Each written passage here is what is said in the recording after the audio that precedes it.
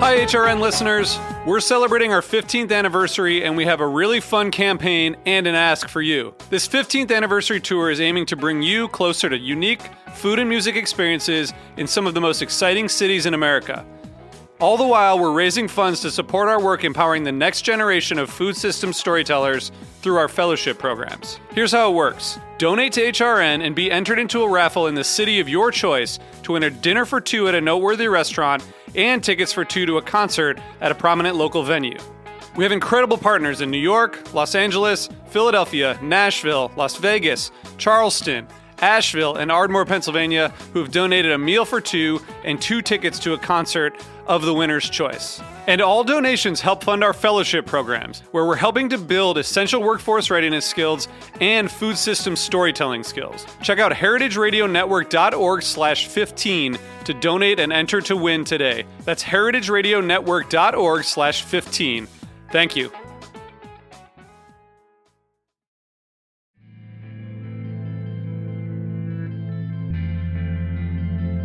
Welcome to Processing, a show about the intersection between food and grief, with your hosts, Sara Tangora and Bobby Conforto. On this show, we're going to really explore where grief and food intersect, how they go hand in hand, different people's experiences with their specific traumas, and how food played a part from the beginning to the end of that experience. And how, as individuals, we uniquely process life's traumas and losses through either the longing for, the creating of, the avoiding of, the obsessing over, and the eating of food. I remember right after Michael died, I still miss him, but I missed him so badly that night that I stopped at the convenience store on the corner and I bought a container of Ben & Jerry's Cherry Garcia.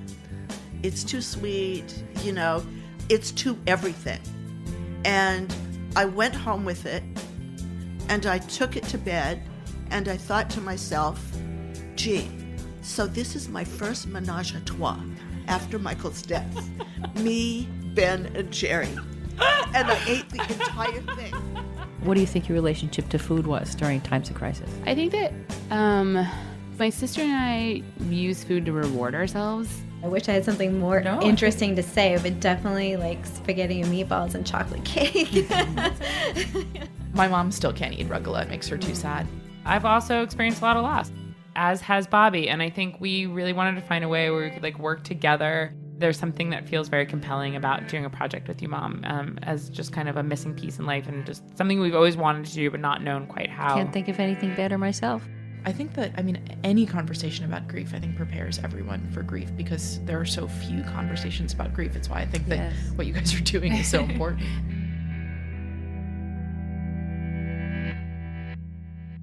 This episode is presented by Henry's Wine and Spirit.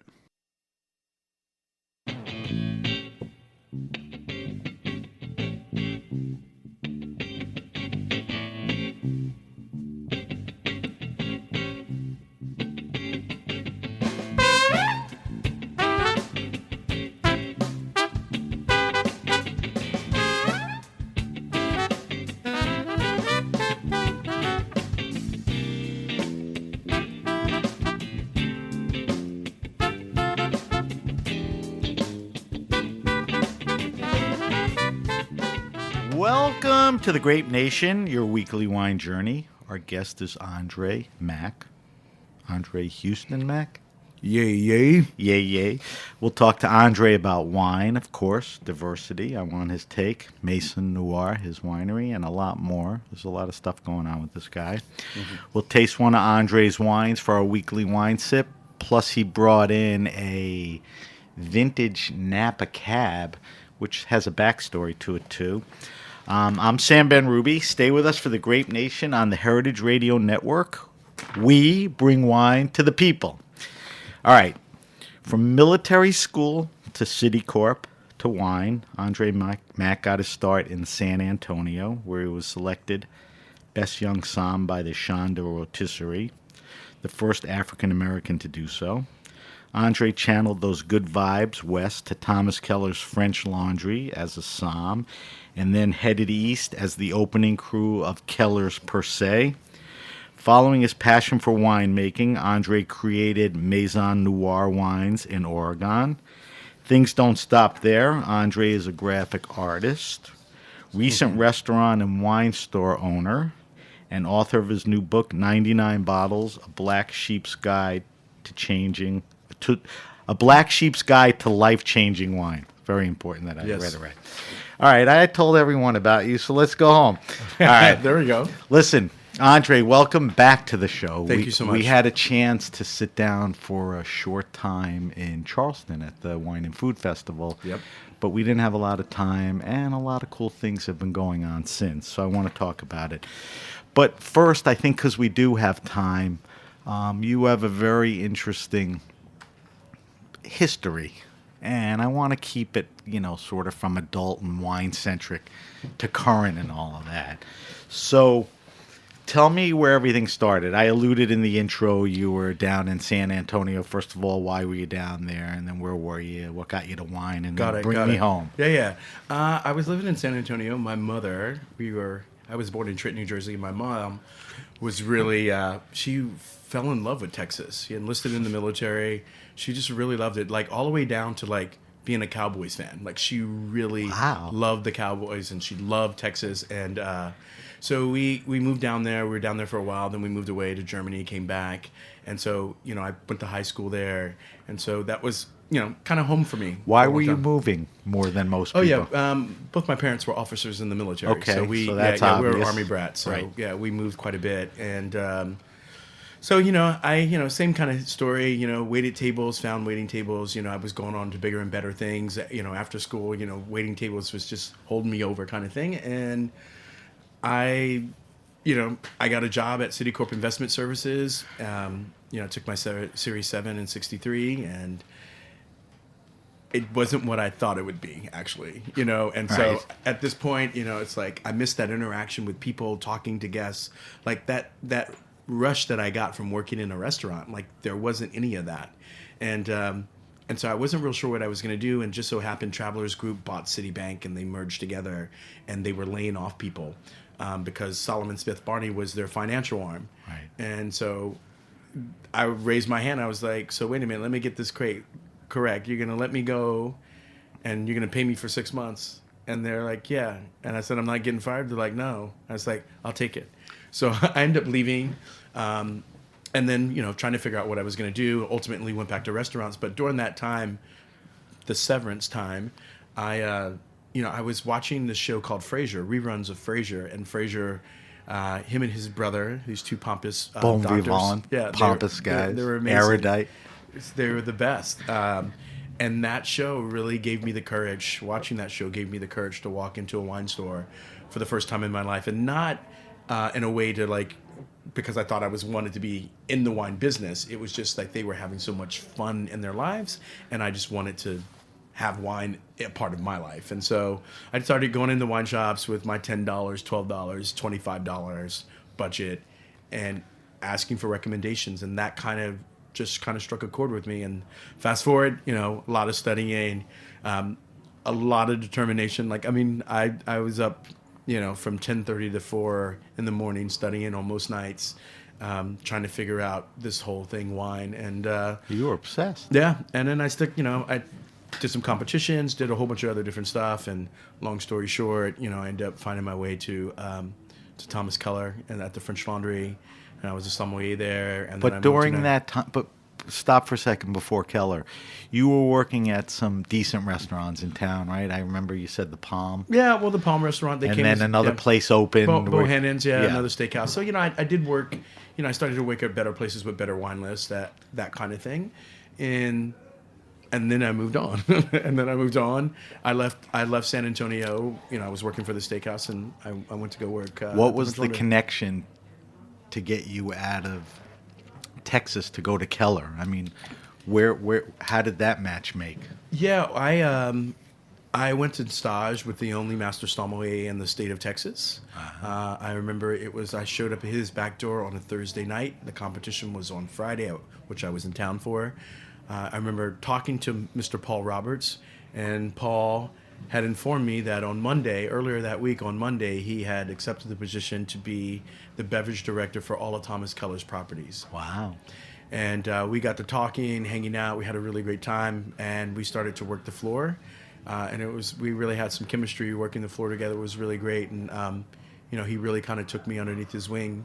And at the end of the night, he asked me if I wanted to move to California to go to work at the French Laundry. So him and Fraser had pretty big impacts on your life. Oh, a huge impact. Just for context, because as we move forward, what year was it when you got to French Laundry? 02, I think. We're talking 02? Yeah, I think so. All right, so take it from there. You're there doing what? How long? I was a sommelier there. Just, I worked a lot. I think I worked like 37 days in a row. Like, I just couldn't get enough. It was mentally... It didn't bother you. It was mentally exhausting. What else was I going to do there? There was nothing else to do. But I was fascinated with it.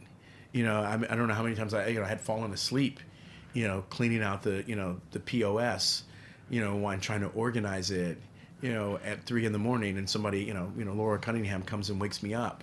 Was that a place back then that had 5-6 somms on the floor for a dinner service, or not that many? No, it was 2. It was 2. Yeah, so it was me. So as and awesome as that place and famous as it was, the staff was intimate. Well, yeah, I mean, you got to realize that I was there at the end of an era. When I had to go get wine, the wine was in you had to get on the ground. You had to lay on the ground to get some of the wines in the wine cellar. It had like sawdust on the floor. It wasn't as beautiful as it is now. The pass where the chef, where all the plates came through, he used to sit on it when, during the pre-shift meeting, and it was just a stainless steel table. The pass at per se cost $100,000. Wow. So it's a lot different. It was an end of an era. It was still mom and pop, and it was a really beautiful, a really beautiful thing, and gave me hope for my own dreams, because I know what it looks like, right? And that was at a 10-year anniversary. Well, I was going to ask you this question after you finish, but it's a good time to ask it now. You spent a decent amount of time with Keller, and we'll fast forward to per se and all that. That sort of answers the question, but expand more. What impact did Keller, as the guy in Keller with his vision and being in his aura, have on you as you moved on and even today? Discipline. It was something that I felt like I was lacking. I remember in my interview process sitting with him at a picnic table, and he asked me why I wanted to work there, and I started laughing. I was like, "Is this a trick question?" And he says, I've heard lots of things about you in San Antonio, something like that. And I kind of laughed it off, and I said, because I need discipline. Generally, you'll find in most restaurants of a certain caliber, there's only 1 or 2 people who actually really care. And sometimes it's not even the owner. And, I couldn't always carry it. In those days that I felt like I was lacking, I needed someone to kick me in my butt too, like to set me straight. And I remember just saying that to him, and he says, "Well, we can give you discipline," and it was great. It was great to be around a whole bunch of like-minded people that were all driven and that pushed you. And I Is really he still like that? I don't know. I haven't. I'm just curious if you sense that. I would believe that he still is. He's still. I think so. He's still the same person, and the biggest thing what I learned from him is that everybody has, I wouldn't call it buy-in because that seems kind of weird, but everybody believes in the vision and understands what the vision is, and we're all on the same page. And the amount of work that you can get done and accomplish when everybody is thinking like the visionary is astounding. And I've witnessed that on some of my own projects, but the idea of having people believe in your vision and your dream is, But you've also witnessed the opposite, where that guy doesn't belong there either, right? Correct. In a sense. But that generally takes care of itself. Right.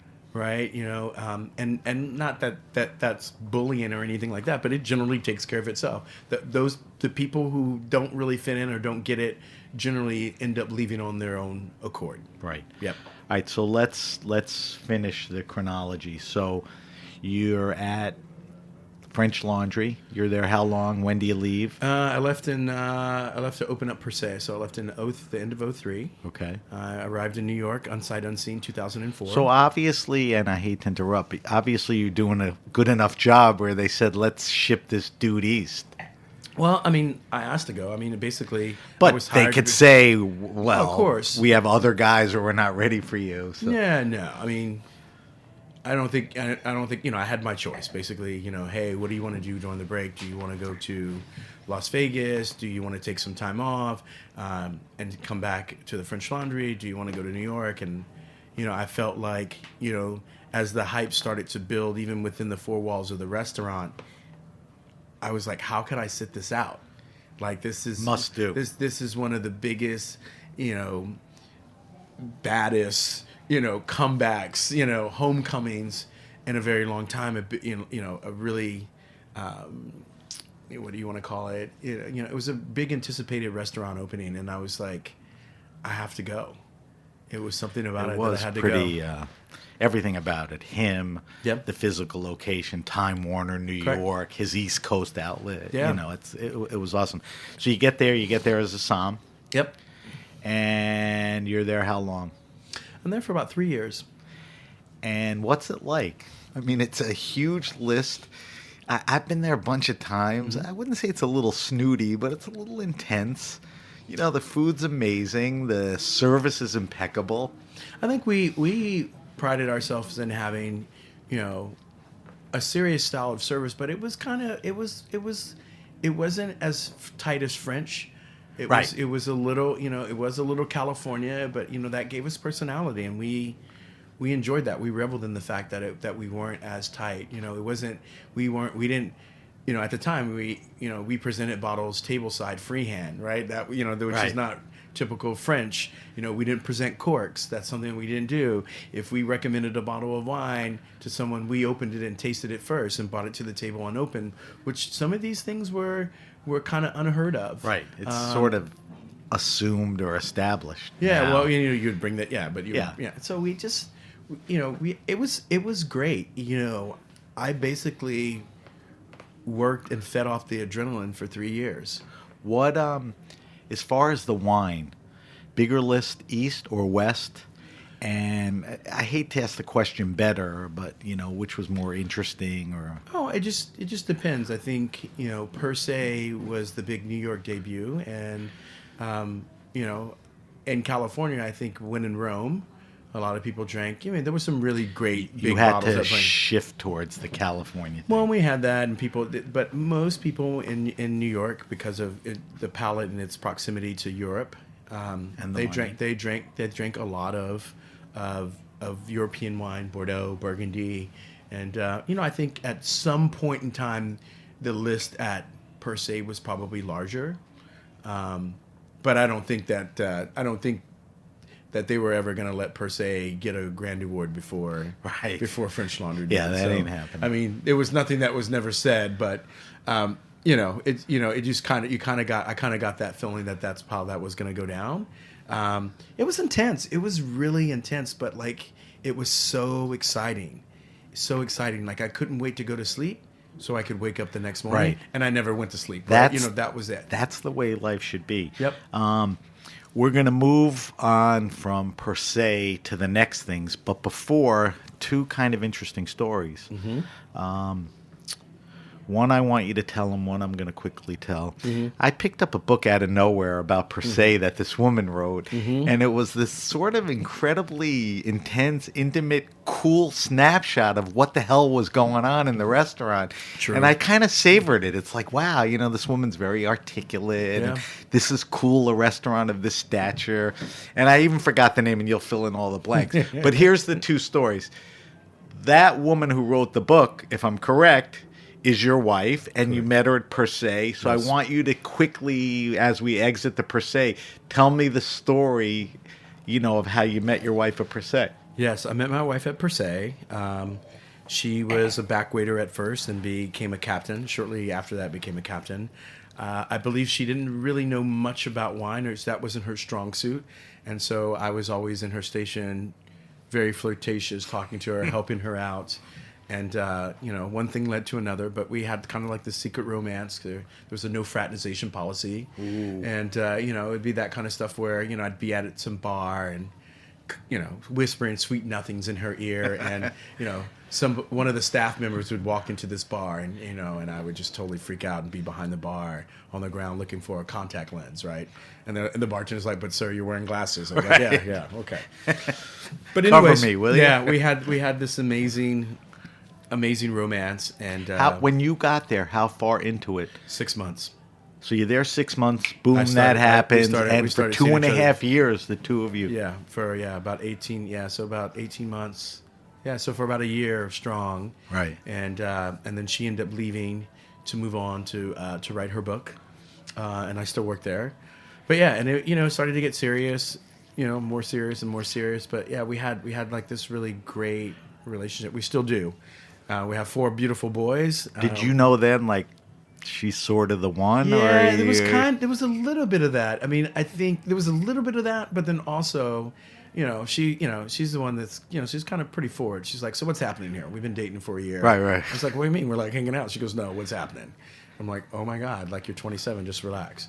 But yeah, really. But it, I think she knew what she wanted, and that was it. That was the rest. So was when history. did you get married? We got married in 2008. Okay. So 2008, Few we years. got married. Yeah. All right. So quickly. she'll come back into the story Yeah, at some point. But you finish up at Per Se. Why and where do you go? For multiple reasons. Like there was a shift in dining that I felt that a swell that I was feeling, just like going out after work and hanging out at different places. David Chang had opened up Noodle Bar. More casual, or yeah, so it was casual, but like the chefs had the pedigree. They were taking all these great techniques that they were learning and applying it to to street food, or where they're from, or like lowbrow food, or what we consider lowbrow, but making it legit. Yeah, and like this high and low thing, and they wanted to do the chefs wanted to do it on their own terms. They wanted to play rap music and have their Led Zeppelin T-shirts on and rock tennis shoes, and they didn't need to have their they didn't need all these other things. They didn't need a Gucci shoe. They didn't need all of these other things. The things that made it more about pomp and circumstance. People were willing. You started to see people were willing to pay for great food, for farms and recognizing farms, and that, to me, I was drawn to that. And that was a different experience. You talked about the early days of French Laundry, how it evolved to Per Se. Correct. I mean, now you're kind of going the other way. Not that Per Se is bad, or no. And I love those styles of restaurants, and I believe they have their places. But it was just amazing to me that I couldn't get enough of that part too. And I realized that out of the 20 guys that were in the kitchen, only a handful of them aspired to own a restaurant like the one that they currently work in. They were all going to go back to where they came from and do this thing that I saw happening. And I wanted to be a part of that. And I felt like the only way to continue to learn about wine was to make my own. And so wait, you leave? I leave. Per Se. You don't take a job in another hospitality situation? Not at first, but I eventually did, yes. Okay, so just tell me after you leave what you do. I take a whole bunch of time off. Okay. It takes almost 3 months to kind of decompress. Like literally, you're on high alert. You walk into any restaurant or any room, you're surveying. You're like that. That picture's crooked. That chair is chipped in the back. That waiter doesn't have any socks on, right? That guy's belt doesn't match. Like, you're just trained, and these things and so you're keen to these things. And it took a lot of time to kind of decompress, and just trying to really figure out what I was doing. And then I kind of embarked on starting to dabble in on the wine side. So I started to spend some time in California. I spent some time in Oregon, and It was always a stop and start kind of thing, and the money would run out, and I would have to go back and work for someone else or consult. And I spent some time working for some larger restaurant groups. I worked for Shelley Fireman, which was totally opposite of what I had been used to or where I came from, but all of those experiences were great. I ended up being the general manager at a small restaurant in the West Village, where there were a lot of creative people who were coming in, and it was different. And all of those things I felt like really prepared me for the place that I'm in now. That's important. Yeah, absolutely. All right, so you get that under your belt, which you say in a good way, helps you, which I agree. When do you focus entirely on the wine thing or pull the trigger? It was in 2010. So we're talking a decade ago at this point. Yeah, so I started the company about 13 years ago, and it was a kind of stop and start. I had some stuff. It was just more of a hustle. It was less of a real business. Right. And then in 2010, after my second kid was born, I never went back and worked for anybody else. And so that was like July. Basically, he was born in August. July is when I left. So you decided I'm going to focus on my thing and get it. Yeah. Now I'm getting this going. This is it. You know, and that is your wine company in Oregon. Yeah, I originally started a company called Maison Noir Wines, and we first started making a little bit of wine in California, made a little bit in Washington. We also started to make some in Oregon, and then I had to retool and refocus, and I just really started to concentrate on Oregon, and over the next 10 years, I really dedicated myself to that business, and we're sold in almost every single state, 22 countries. All right, I want to come back to that because I want to spend some good time. But I one of the reasons I want you on the show is, you have a great story. And I wanted to talk to you about a few things about the business. Mm-hmm. Not your business, but the business itself, yes. And the question really is, why does diversity suck in the wine business? Like, when will we move towards equality, in the industry? When will that take place? And I ask that because I don't think we're there, and I just want your take on it.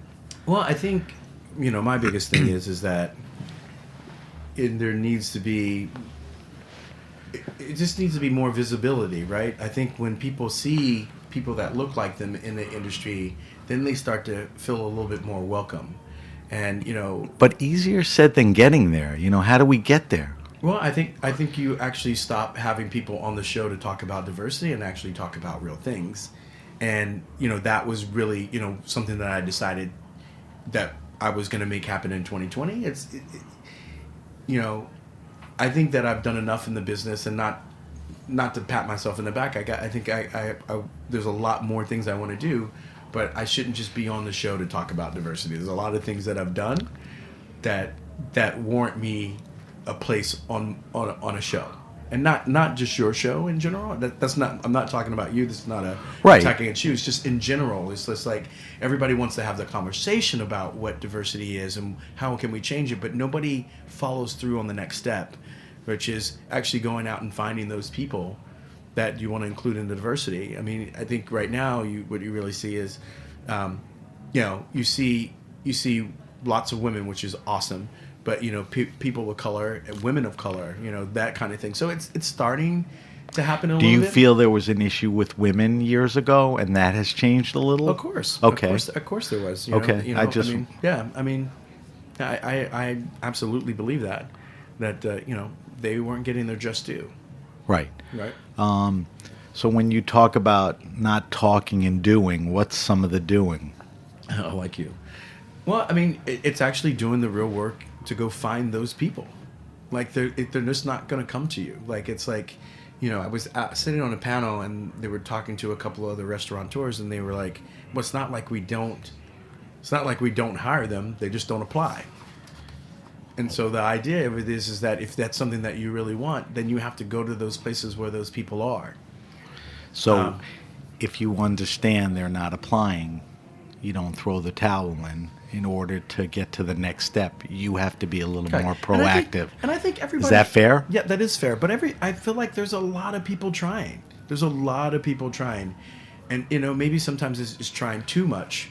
It's like, do you trying for the sake of trying, or? So I think there's a little bit of that, and and just saying, hey, I'm this, but like, I just think that it just, and we talked a lot about, hiring within, right? Having somebody who's already in your ecosystem that understands, your code of ethics, all these other things, and bringing them up and training them that way, right? Is a really great way. I mean, I remember I worked at Red Lobster. I put the sauce on the plates. I used to wash dishes, and then they moved me up, and I used to put the sauce on the plates, and they would never let me be a waiter. Why? They just didn't think that I had it in me, and I always would laugh. And I remember I just looked in the newspaper. And was it age? I think a little, color? I think. Well, I mean, the thing with those things is you don't know. And for me, I've learned a long time ago that's it's none of my business. Not my I can't waste my time trying to figure out why I didn't get something. Right. It's just to keep pushing and to get it. So instead of worrying about what it was that I didn't get, I just showed up when all the other people applied, and I had a suit on, and they couldn't believe it was me, and I ended up getting a job. I did that 2 or 3 times, and they realized that I was serious, and they gave me a chance, and they said, hey, and in the end, I became, I was the golden boy. Do people get caught up on the why? I mean, is that part of the? I think some people can. For There's me, always going to be somebody. I feel like it's just. I can't. It's like if I started to worry about that, then that becomes an obsession. It's like, why didn't I get something? Like, I don't know why someone didn't buy my wine. I don't know why. Hopefully, maybe they thought it was flawed. I don't know. I will never know why. Right. And you're not going to fixate over it. Correct. I'm just going to keep moving. You count the no's. Right. Yeah. But I mean, that's not just the healthy way, but the real way to just keep moving forward. Do you think there's enough education and exposure, if you take the wine world, to people of color? Well, I think the exposure, I think for a lot of people of color, they don't think that it's for them. And so there's kind of the initial problem. Correct. Well, it's just, and you got to get there first. Correct. If there's visibility, they see other people that look. I get thousands of emails a month on people wanting to break into the business. They see me as this person who's doing something or in a field or a realm of where they want to be. And it's a lot of that is talking to them, saying, hey, well, this is where you should go. This is what you should do. But a lot of that is lonely. You got to walk that road, and there's a lot of people of color out there now that are putting together their own, tasting groups and have wine businesses, and it's really great to see. It didn't exist when I first started. Not even close. So there's, I don't even want to use the word progress, but there's some forward movement. There is. There absolutely is. There are things noticeable that didn't exist. This is my thing. But I think far away. At least we're talking about it. That's like, yeah. I feel like, so I'm not poo-pooing all of it. I'm not like, it's just saying that, like, okay, now it's just time. It's time to move on. What are we going to do about it? Right? It's that part. Versus like, all right, we keep saying that there's not enough. There's not enough. There's not enough. So what are we going to do about it? How are we going to move forward? But also, I tell other people, don't wait for someone to give you something. No. Like go in there and get it. And be a part of it. By example, you stated how you didn't. Correct. Absolutely. So obviously, on the topic, if there's any good advice related to the topic or not, absolutely, don't, Well, for everything, don't, like, most of my life, I only had, I had more time than money. Right. So go work for free. Right. Go learn the business. Do the best thing you can with your time. Correct. People just don't know how to utilize that. And then when they have money, they don't know what to do with the money and the time and all that. So it's like, go in and learn. Meet those people. Are you making meaningful relationships? Come and work for free. Get to know it. Like, because in the end, if you want it bad enough, you would be paying them if you had the money to do it. Right. Right. And that's the trick. Like, to me, the joke is on everybody else because they're paying me for something that I would pay them to do. Right. Right? Don't tell them that, though. Yeah, well, I know. Can we edit that? Well, that's a good take and a good start. Let's talk about your wines. We're talking to Andre Mack. Andre's wine company is Maison Noir. Before we get into the wines, and you may have broached this topic a little. Mm-hmm. I think you and I talked about it actually outside. Mm-hmm. Why do all Somms want to make their own wine? And then here's the throw on to that. You said, well, all Somms or wine guys want a restaurant, to expose wine or their wines. Or what's the contagion there? Well, I think as a sommelier or as trained wine professional, you're always taught when you're tasting this is you circle back around. Why does this wine taste the way that it is, right? A wine is presented to you, you smell it, you taste it, you give it a whirl. Okay, and now you start to evaluate it. Why does it taste this way? And you keep circling back around. Is it something that they're doing in the vineyard? Is it something that they're doing in the winery? Those things, and that's why you work harvest, like to bring it all together, right? To bring it full circle. And so just another part of the step is actually being hands-on and making it. Being in that ecosystem. Helps you understand the end result. I don't want to say product because some people get all mad, but like helps you understand the finished product a lot better. And so being able to make it and understand the components and how it's put together just gives you a better understanding of what wine is in general, and you can speak about it in a different way. But not every somm becomes a winemaker, so there are certain guys that have the curiosity but not the drive, or don't even give a crap or whatever. Andre, we have to take a break. Yes. When we come back, I want to talk to you specifically about your wines, and then we have a bunch of other things that you're involved with that I want to make sure we get to. Yes. We're talking to Andre Mack. Andre makes Maison Noir Wines and a bunch of other exciting things. You're listening to The Grape Nation. This is Sam Ben-Ruby. We'll be right back.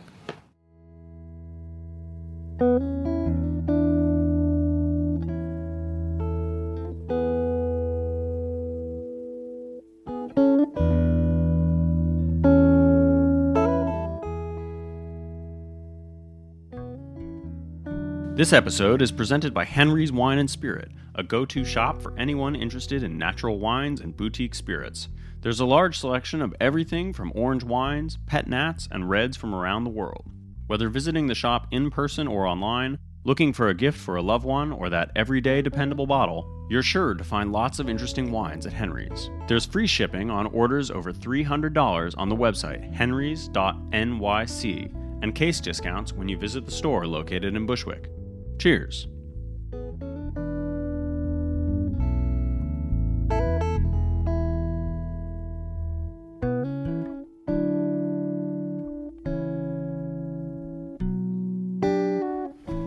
All right, we're back. We're back with my guest, Andre Mack. Andre Mack is a winemaker, has his own winery, Maison Noir. And in a few minutes, we're going to get to a bunch of other stuff that he's pretty deep into. Did any one person or did any wine influence? You explain why somms make wine, but was there any influence, like this is the type of wine, or I can't do Burgundy, so I'm going to Oregon? I mean, why did you get to where you are? Oregon was a big thing for me. I felt like it was a place that I could really explore on the wine list. It wasn't something that anybody had championed, right? So, we had Burgundy, and since we were, a California restaurant, a spinoff of that. We had Sonoma and Napa. We had some back vintages of some of the cold wineries, and we had that stuff. And Oregon was a place that spoke to me because it was, to me, I felt like they were making some of the best Pinot Noir in America that was reminiscent of Burgundy. All the great wine lists that I had a hand in building, they bookend on red and white Burgundy. And so Oregon just felt like this open area. And so it was a portion of the list that I began to build. And I had a sense of pride in that. And just the stars aligned. Obviously I wanted to be in Oregon, but in general, at first I was where I had better terms and had more resources to help me start and work on this project that I was. Well, tell me about that, because you're not a traditional winery. No, I mean, you're making a lot of different wines, and you're making a decent amount of wine. So how do you have it set up? Well, we used a custom crush facility, and that's been really great. I mean, originally in Oregon. In Oregon, generally, you look at something like Carlton Wine Studio, which was made more boutique-y. I think, at some point there's a waiting list and you tap out at 1,200 cases, so you can't really make anymore. Right. And for me, I wanted to speak to a younger audience about wine, and I think you can't do that with wine that, for $28, let alone $75. So right. For me, I had a 28 being a little high for a younger audience. Absolutely. Okay, I just want to be clear. Yeah, and so for me, I wanted to speak to a younger audience, and so being able to work with different fruit sources was something that I wanted. Obviously, it was great to be able to work with Seven Springs fruit, and that was great. But it's really expensive, and to have access to that and to know those people there and all that thing, that was awesome. But the challenge was to make a great wine for less than that. Correct, and to put it into people's hands and to empower people to say that you don't need anybody to tell you that this wine is good. Do you like it or do you not? All right, there's no other. I mean, you don't need. What I mean?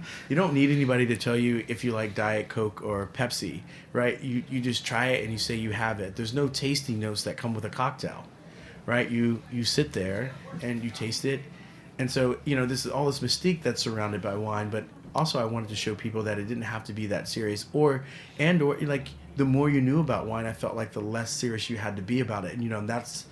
And when I say serious, maybe I mean more playful, in the way that if you've eaten at the French Laundry or Per Se, and you've read the menu is filled with quotes, and it's pretty playful in its descriptions or what dishes are called, and that was something that I really learned to embrace. Picked up on. Yeah, I always tell people, when I tell people that Thomas Keller has a pretty keen sense of humor, they're like, I don't picture him. Seems kind of dry. Yeah, my thing is like, but yeah, he does. He's not back there cracking jokes and slapping his knee. That's not who he is. But his sense of humor comes out in his play and in the dishes, and I wanted to carry some of that over into what I was doing, and it kind of takes away from some of the, pardon me, the pretension that surrounded in those fields, so in fine dining and in fine wine.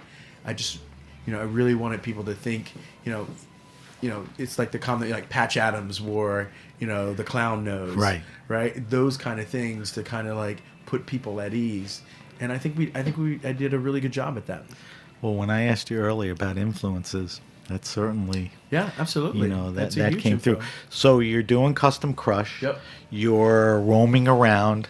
Yep. The state. Yep. No, didn't get there yet. Okay. Looking for growers. Yep. Contracting grapes. Yep. I would think, 10, 12, 13 years into it, you've been working with some of the same guys. Absolutely. For years. Mm-hmm. I don't want to be buzzword Sam tonight, but I mean, are organics, biodynamics, sustainability practices, I think is that important? Yeah, those are very important, but I feel like those, to me, are more of a way of life and less marketing terms for us.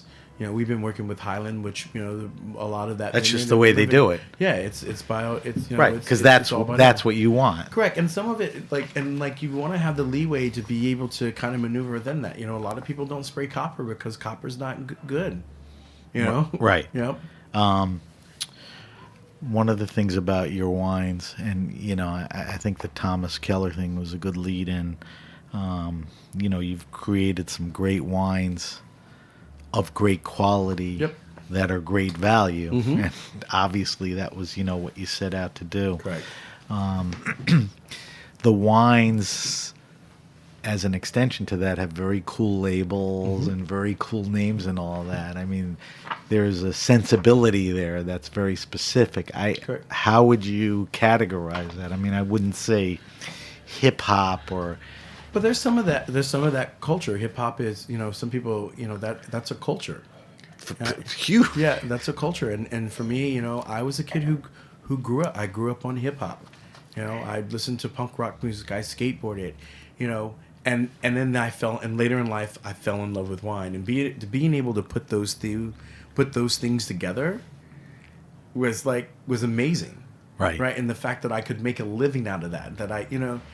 And that it resonated with hundreds of thousands of people who actually buy those things from us. Right. It's important. That's what it's about. And it was just, for me, it was like how I saw the world, from my background of those things I talked about, being in wine and how I walked around and how I saw the world. Right. Right. Just how things come to me.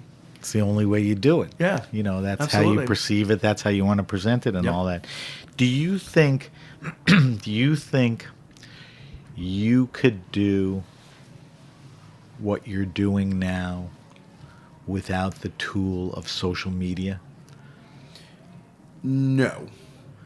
I mean, yes. You know, you're good at it. Yeah. And it's important to you, and, you know, you've navigated your way around it.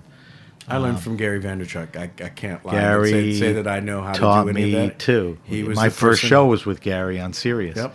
No, I remember. Tell me why it's free advertising, as Gary says. Yeah, it is free advertising, but I think what happens is at the beginning, you know, not a lot of people were on it or using it, but like it was just a way to document for me like all the places I've been and like how crazy a lot of it is, you know, taking a red eye back from the West Coast, landing at JFK, getting in a cab, going directly to LGA, and getting on a plane and going somewhere else for the day, and then coming right back. I was gonna work hard. I was gonna work hard regardless if I had to post it. That's just who I am. I needed to figure out what I was supposed to be doing, and then I was gonna do it like nobody's business.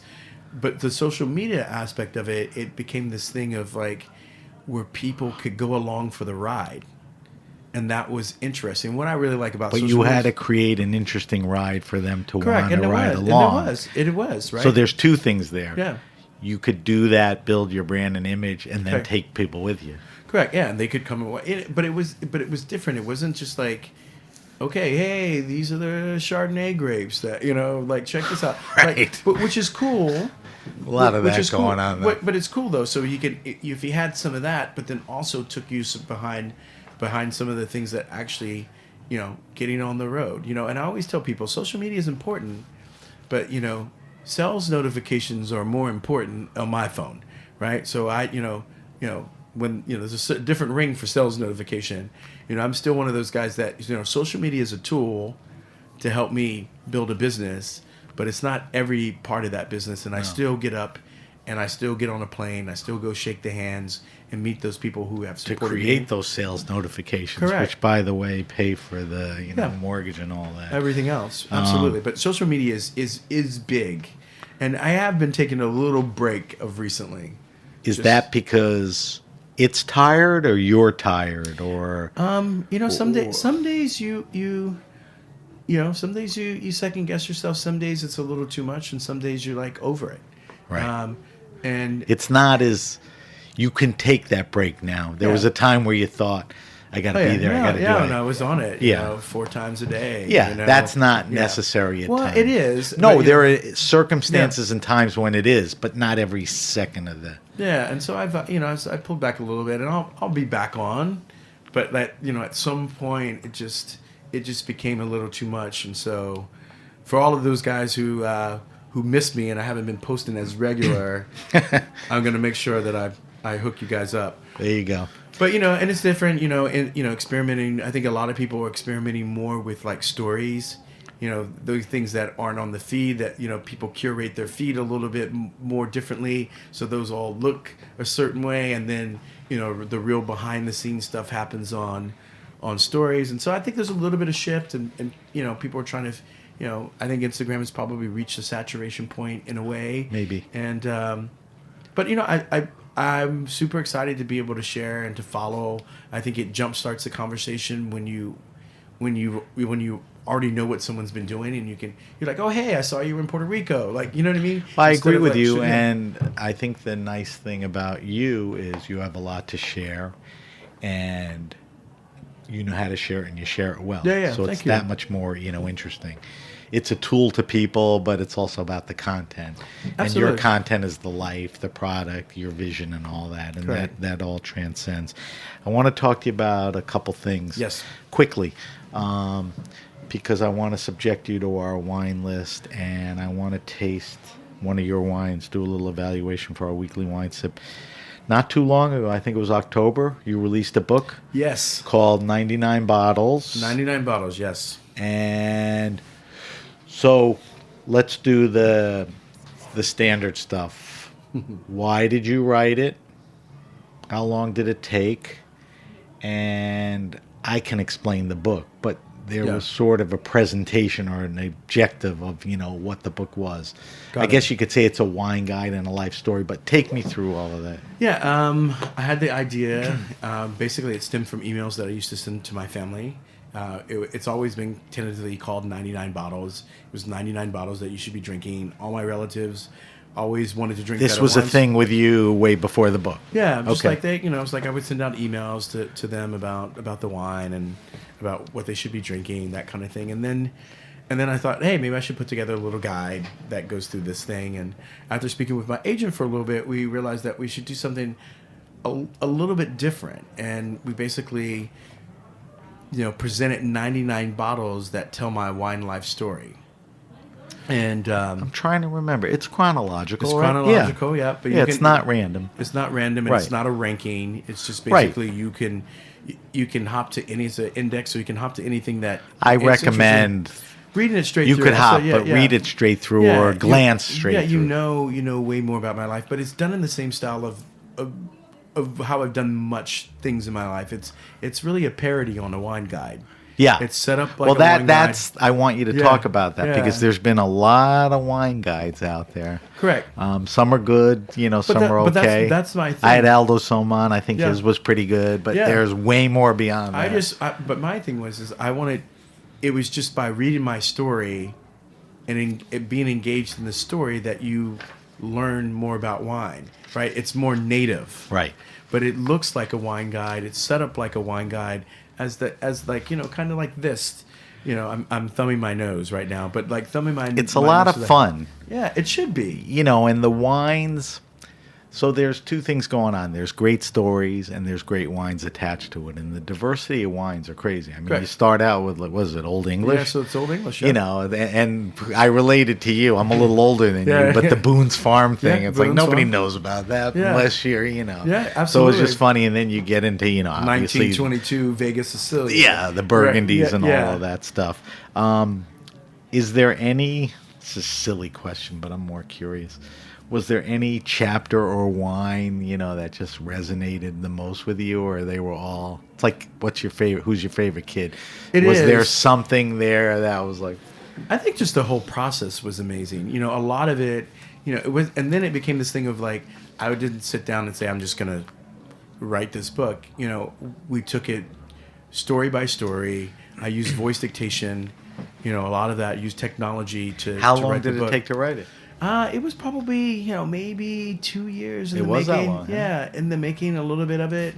But, basically we had the idea. Are we the talking concept. like, 5-7 hours a week, couple hours a day, or no? Because you're a busy dude. Less, not that less, much. Less of that because we had, I had the outline. But and the type of book, it's not this intense, biography. It was lot of. At the end, in the editing process, there was, it was a month, 8 hours a day.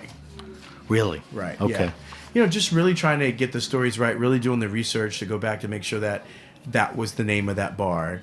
Is it that bar? Is it not? Reliving, it was basically reliving my life. And it that was really, takes time. It was really interesting that, my assistant, who was part of that process, reliving my life and talking about things, he was so inspired that, he asked could he take some time off so he could go to Napa with his girlfriend. Wow. And it was. Well, you hope that really it has cool. that effect with everyone who reads it. You do, but also it's like it's your own story. It's 99 bottle life. 99 bottles. A black sheep's guide to life-changing wines, right? So it's life-changing wines, but my life. You have your own.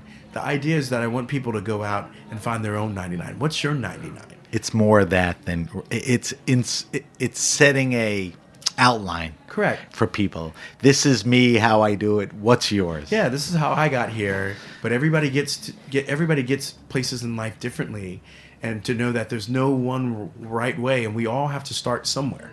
Well put. The book is fresh. I mean, it just came out in October. Yeah, it's good. It's really awesome. So it's you should get it. We missed the holidays, but it's never too late. And I'm sure Amazon, better bookstores. I would predict that I'm going to have better sales than the holidays this year. It's just a fun thing. I think holidays are great, but like people want to check it out. I enjoyed it. Yeah. I don't want to make any comparisons, but there's two books I read this year. Yep. Jane Lope's Vignette, where she takes experiential stories and matches them to wine. Two different takes, but absolutely. But an approach that not everyone's doing and very readable. All right, so that's the book. 99 bottles, Amazon, better bookstores.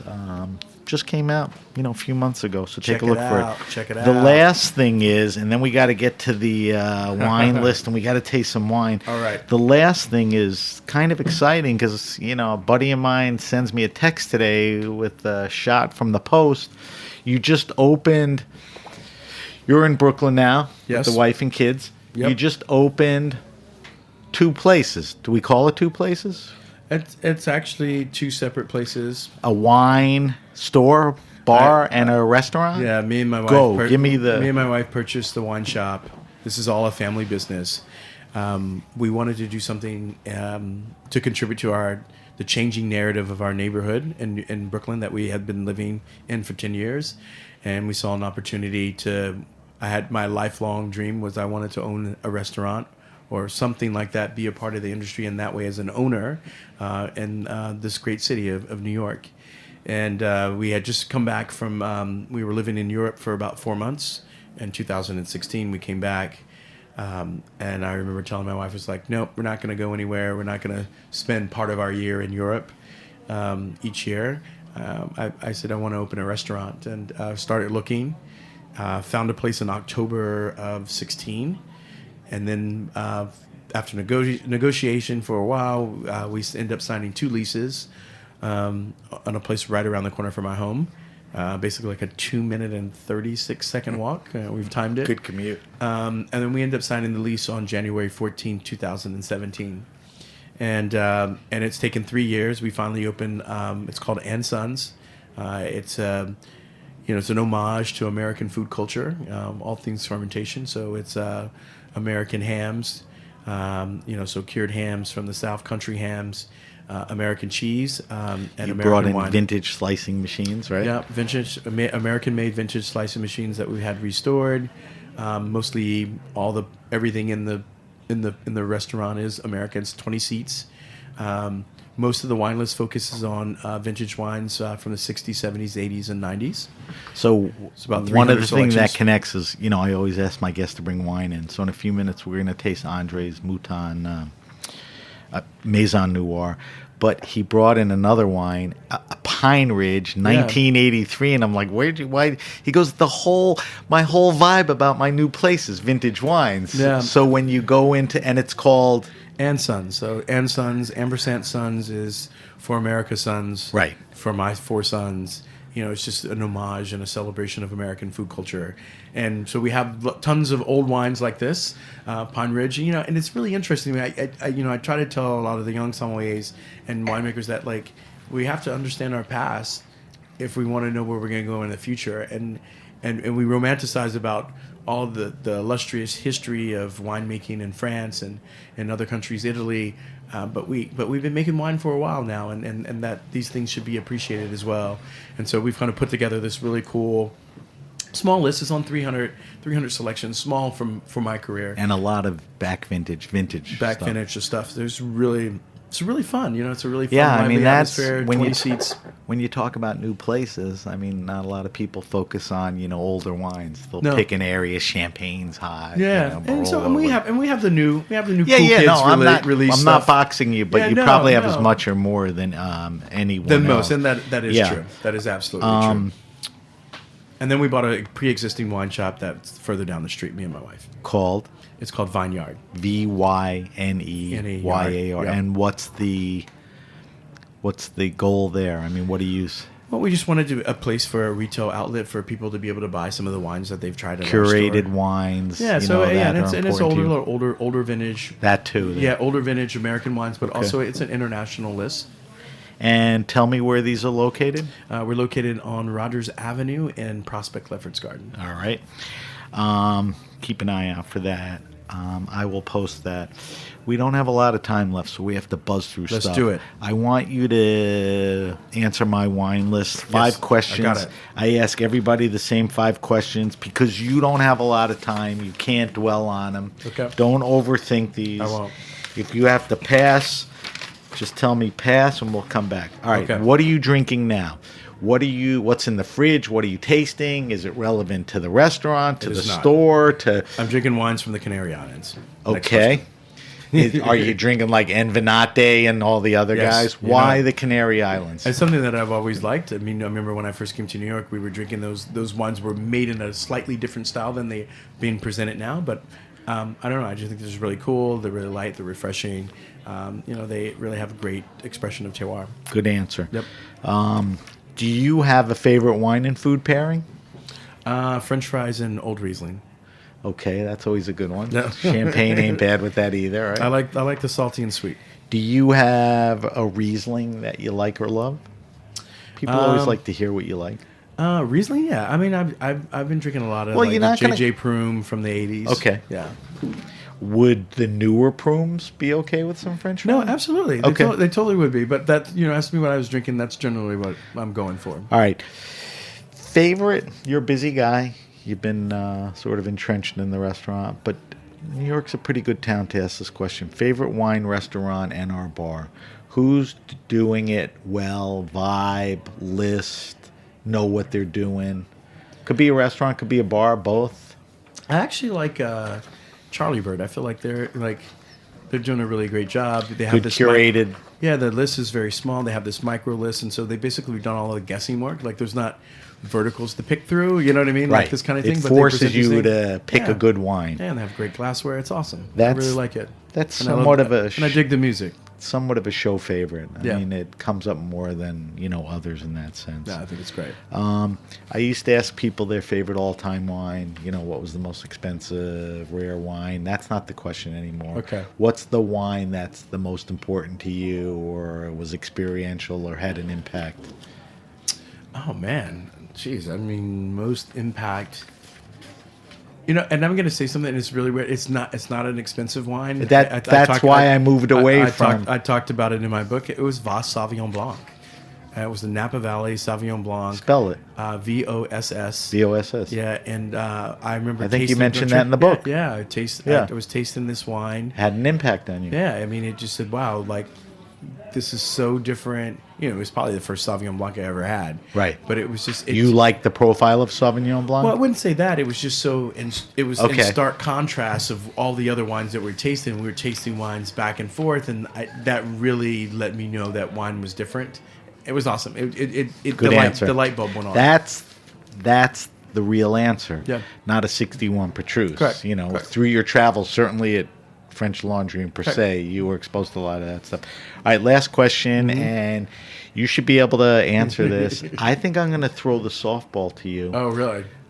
For a good reason, Okay. because I think you're in that zone. I ask all my guests, recommend the best wine, $15 to $20. Give me a red, give me a white.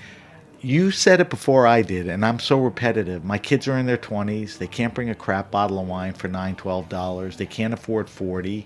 So in your Maison Noir, give me a white and give me a red, somewhere in that range. At what price point? 15, 20, 22. 15 to 20, 22.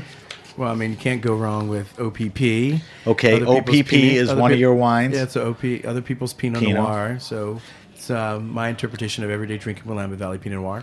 That's what I'm Kind of the talking best, about. Best both worlds. California fruit meets the terroir, taste the land of the old world. Give me a white. White wine.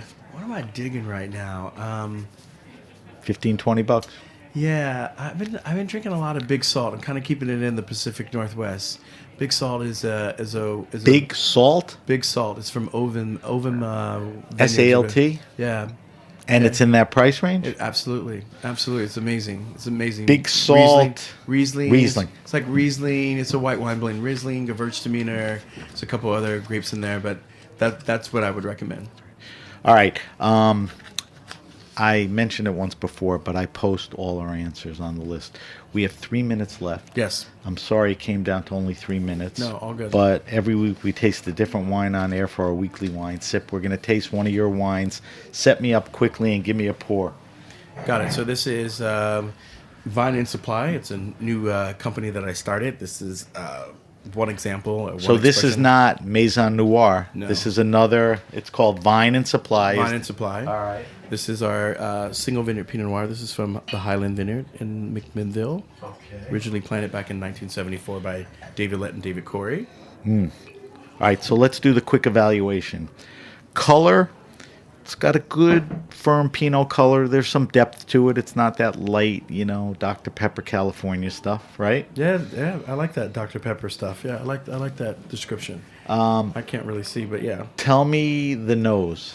It's an interesting nose. I'm bad at the descriptors. No, so I think it definitely smells like a little bit of a cotton candy. Yes. So a little confectionery. In a good way. Yeah, just a little bit of cherry, strawberry, some raspberry. Red fruits all the way. All right, mouthfeel. Medium bodied.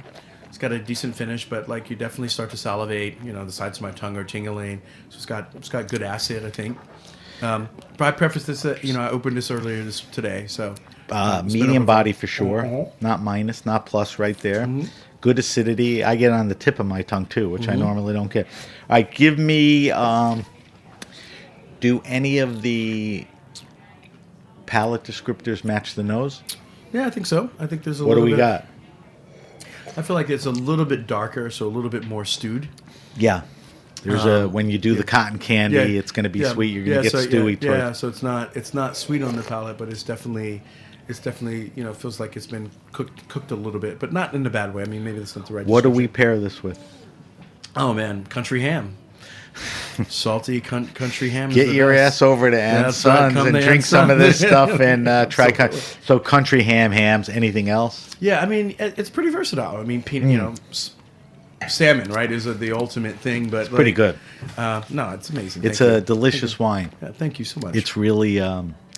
It's got a lot of character and body to it. I like it. So that is the Vine and Supply. What vintage year? This is 2015. 2015. And what's the retail on that about? It's about $25. Great price point. Yep. All right. Andre, we got to wrap up. Yes. I told you that I was going to go fast. Yes, you do. Let me do our quick wrap up. Leave. If you have a question, suggestion, wine happening, or event, hit me up at sam@thegrapenation.com. That's sam@thegrapenation.com.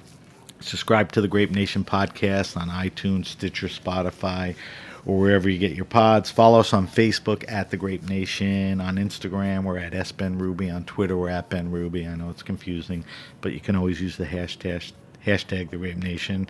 As I mentioned, we'll post Andre's wine list answers and the wines that we tasted today on our social media sites. Andre, if we want to find you on social and any of the products, where do we go? Yes, for our website for wines, you can go to MaisonNoirWines.com.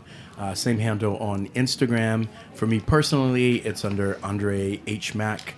ANDRE H Mack MACK. Yes, and that's on Instagram. All right. Andre is a pretty interesting guy. He's doing a lot of stuff, so it'd be fun to follow him and get out there and try to taste some of his wines. I want to thank our guest, Andre Mack. Thank you to our engineer, Amanda, as always, and everyone at the Heritage Radio Network.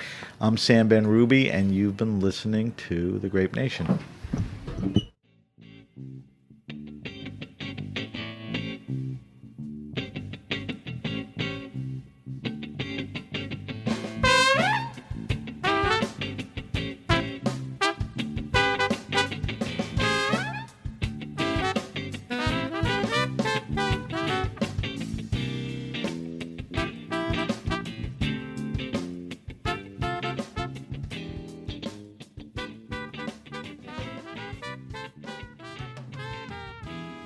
The Grape Nation is powered by Simplecast. Thanks for listening to Heritage Radio Network, food radio supported by you.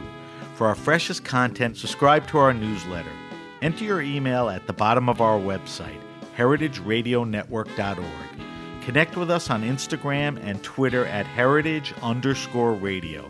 You can also find us at facebook.com/Heritage Radio Network.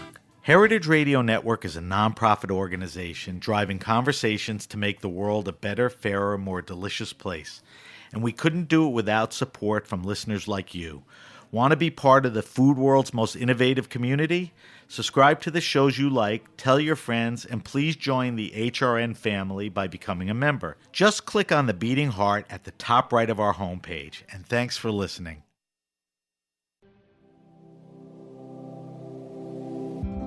Hey there, I'm Lee Ullman here with some big news from the National Young Farmers Coalition. we're partnering with Heritage Radio Network on a special season of The Farm Report. It's all about what's happening with the Farm Bill and how it impacts farmers and eaters. I am growing diversified vegetables on land that's been in our family for 150 years. And so with the pandemic, gentrification, property values going up, we had to sell the land and we lost it. Join us as we uncover the untold stories behind this massive piece of legislation that shapes how we grow our food, what we eat, and so much more. The problems we have had, those are things that come from earlier Farm Bill and USDA policy, right? Like Earl Butts, get big or get out. You know, it's my responsibility to know not only what I'm eating, but then like how that all came to be. And realize like, wow, like this piece of legislation, all this money, like it's technically something that I support as a taxpayer. While Congress debates the next Farm Bill, this is not just an invitation to listen. It's a call to action. Be part of the conversation. Subscribe to The Farm Report on Heritage Radio Network, wherever you listen to podcasts.